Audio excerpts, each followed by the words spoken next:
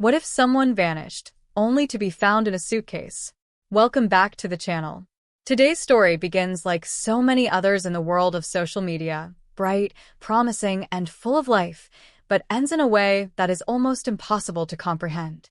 If you're new here, make sure you subscribe and stay with this story until the very end, because what you're about to hear is not just a crime, it's a warning. Her name was Isabella Cruz.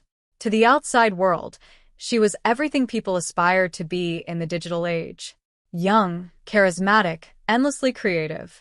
Her content was vibrant, filled with laughter, travel, fashion, and glimpses of a life that looked effortless. Every post drew attention. Every video brought in thousands of views. People followed her not just because she was entertaining, but because she felt real.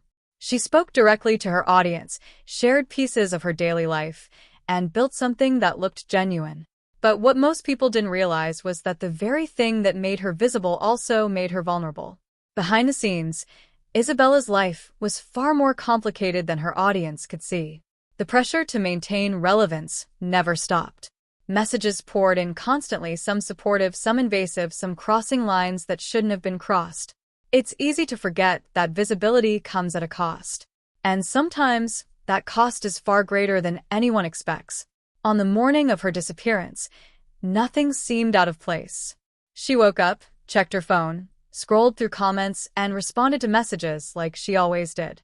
She filmed a short video in her apartment, smiling, relaxed, completely unaware that this would be one of the last times anyone would see her alive. There was no panic, no visible distress, just another day. But when investigators later examined her digital activity, they noticed something subtle, something that didn't stand out at first, but became impossible to ignore over time. Her responses slowed down. Messages that would normally receive immediate replies were left unanswered. Some conversations stopped mid-sentence. A few interactions showed hesitation, like she was distracted or interrupted. At the time, it meant nothing. Later, it meant everything. That afternoon, Isabella left her apartment. Surveillance footage from inside the building captured her stepping into the hallway, dressed casually, phone in hand. But she wasn't alone. There was someone with her. Someone she didn't hesitate to walk beside. Someone she appeared completely comfortable with. That single detail would define the entire investigation. Because there was no sign of fear, no resistance, no urgency. She trusted this person. And trust, in this case, became the most dangerous decision she would ever make. Hours passed, and Isabella never returned home. At first, no one panicked. In her world, schedules changed constantly. Plans shifted. Delays were normal.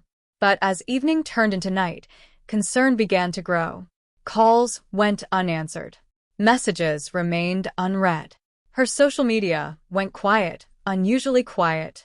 By the next morning, something felt wrong. Friends reached out again. Still nothing. That's when authorities were contacted. When investigators entered her apartment, they were immediately struck by something unsettling. Not chaos, but stillness. Everything was exactly where it should have been. Her belongings were untouched. Her phone sat inside.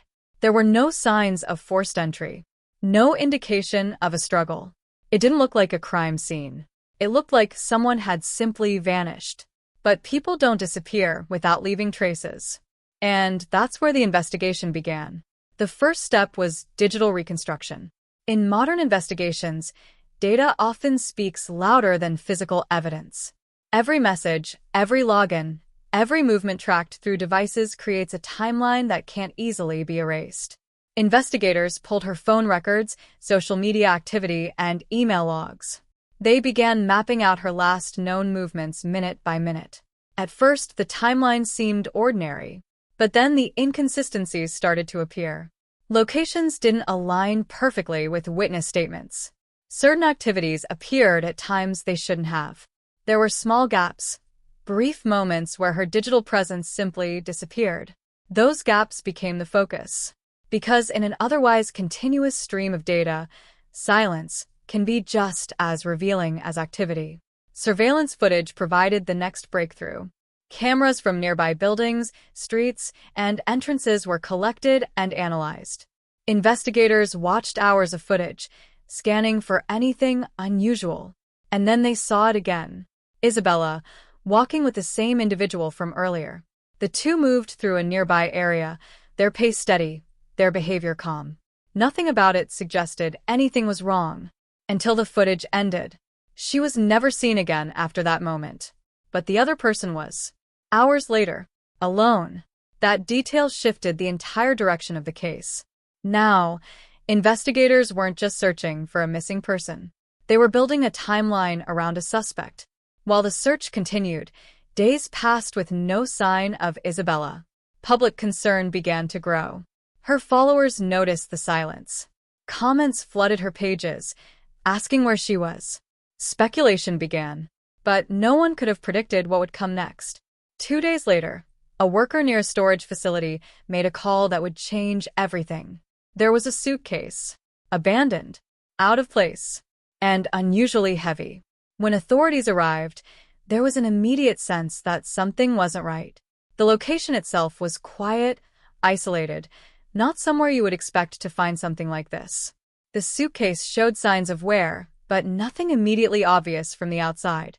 Until it was opened, what investigators found inside would become one of the most disturbing discoveries in the entire case.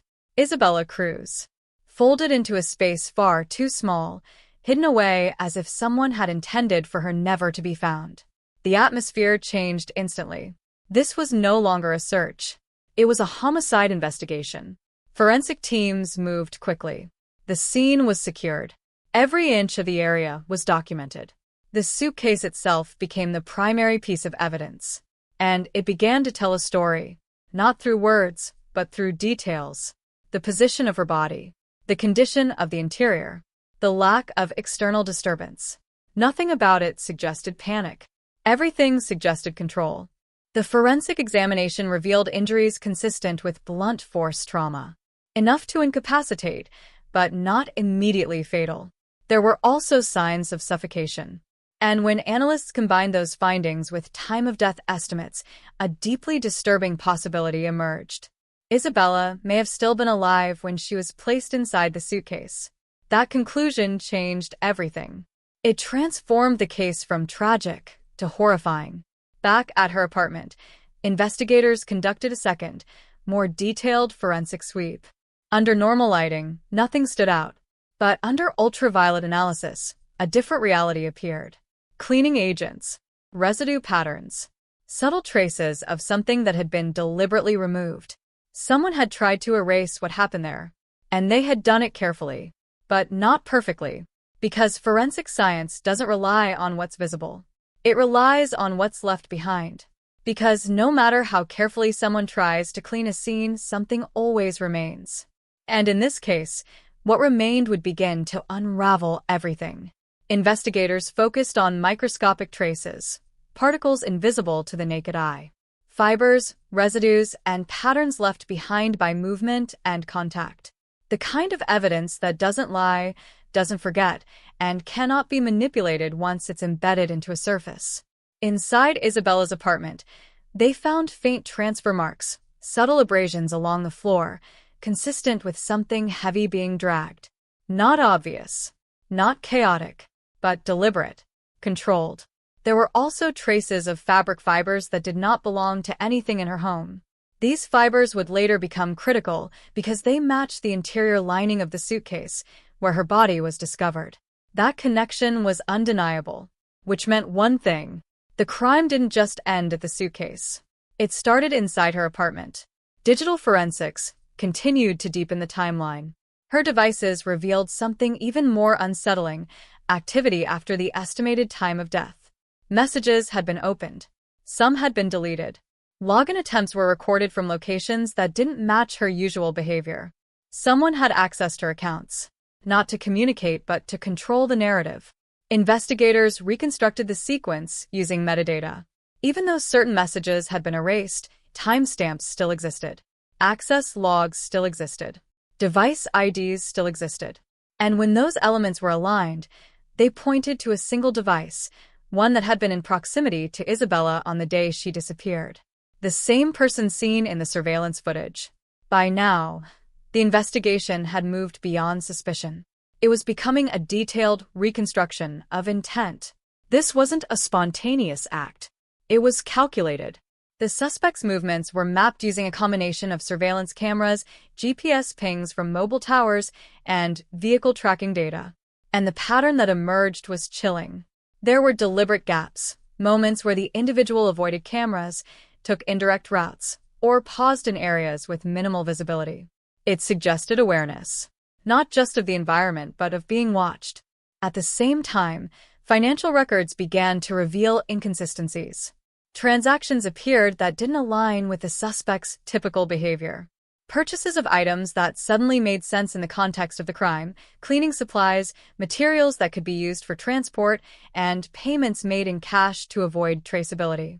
Each detail on its own might have seemed insignificant, but together they formed a pattern. And patterns in investigations like this are everything.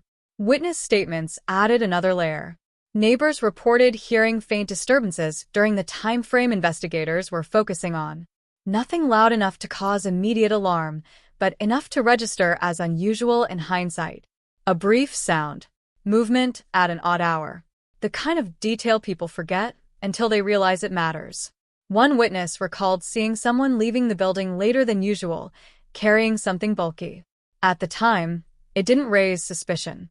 Now, it aligned perfectly with the forensic timeline.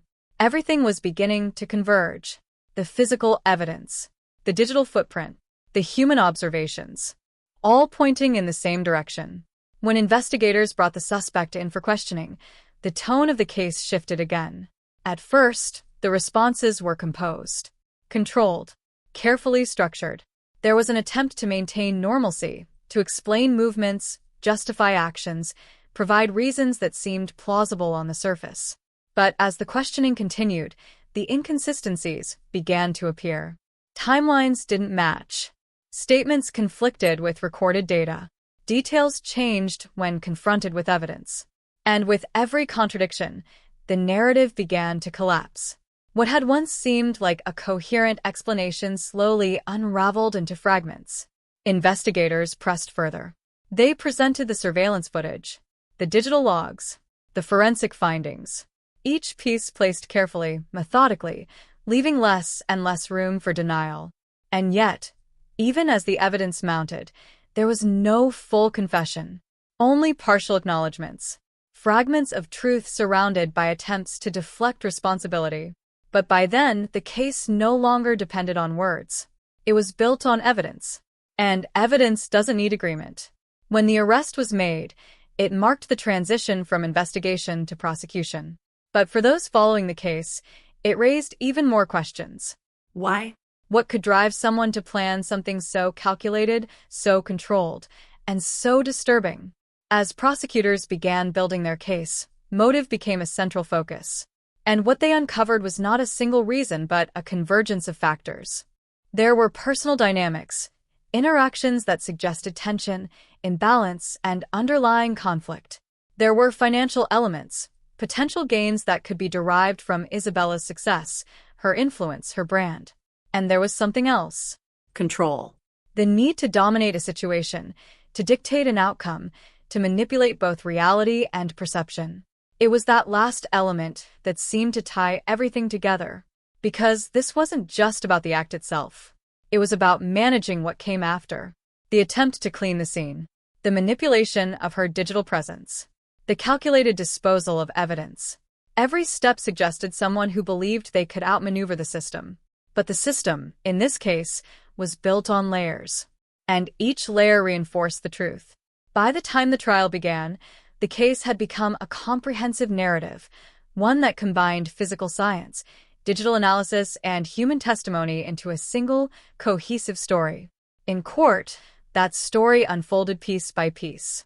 Forensic experts explained how trace evidence linked the apartment to the suitcase. Digital analysts demonstrated how metadata revealed activity that couldn't be erased. Surveillance footage was presented, showing movements that aligned precisely with the reconstructed timeline. Every detail was examined. Every inconsistency highlighted.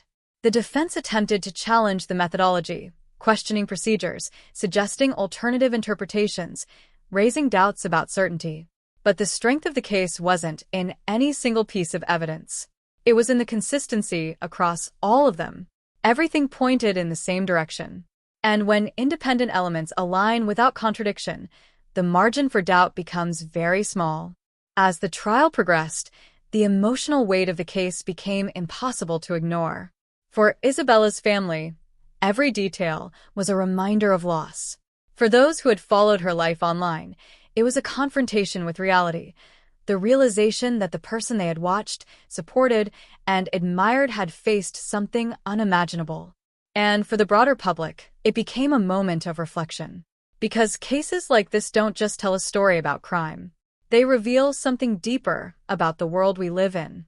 A world where visibility can attract attention, both positive and negative. Where digital presence creates connections but also exposure. Where trust, once given, can be exploited in ways that are difficult to anticipate. When the verdict was finally delivered, the courtroom fell silent. Guilty. The word carried weight, not just as a legal conclusion, but as the final acknowledgement of everything that had been uncovered. The sentence followed, bringing a formal end to the legal process. But for many, it didn't feel like an ending. Because justice, in cases like this, is complicated. It provides accountability. But it doesn't undo what happened. It doesn't erase the loss. It doesn't restore what was taken. After the trial, the story continued to resonate. Discussions spread across media platforms, online communities, and public conversations.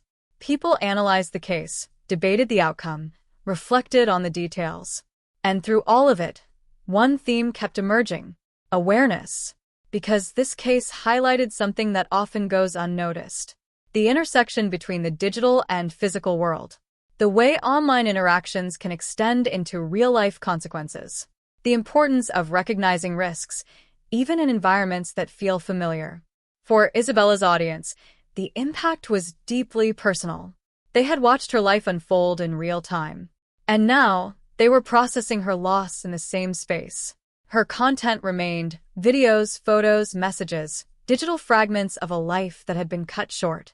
And in those fragments, people found both comfort and unease. Comfort in remembering who she was. Unease in understanding how quickly everything had changed. If there's anything to take from this story, it's not fear. It's awareness. The recognition that not everything is as it appears. That trust should be given carefully. That patterns, behaviors, and instincts matter more than we sometimes realize. Because in the end, this case wasn't solved by a single breakthrough. It was solved by persistence, by attention to detail, by the understanding that even the smallest trace can reveal the biggest truth. And sometimes, those truths are the only voice left to speak for someone who no longer can. If you've stayed with the story until now, take a moment to reflect. Not just on what happened, but on what it means. Because stories like this aren't just meant to be watched. They're meant to be understood. If this video made you think, make sure you like, subscribe, and share. It helps bring awareness to cases like this, and ensures that stories like Isabella's are never forgotten. And if you have thoughts about this case, what stood out to you? What questions remain? Leave them in the comments below. Because sometimes the conversation is just as important as the story itself. Stay aware, stay safe, and I'll see you in the next one.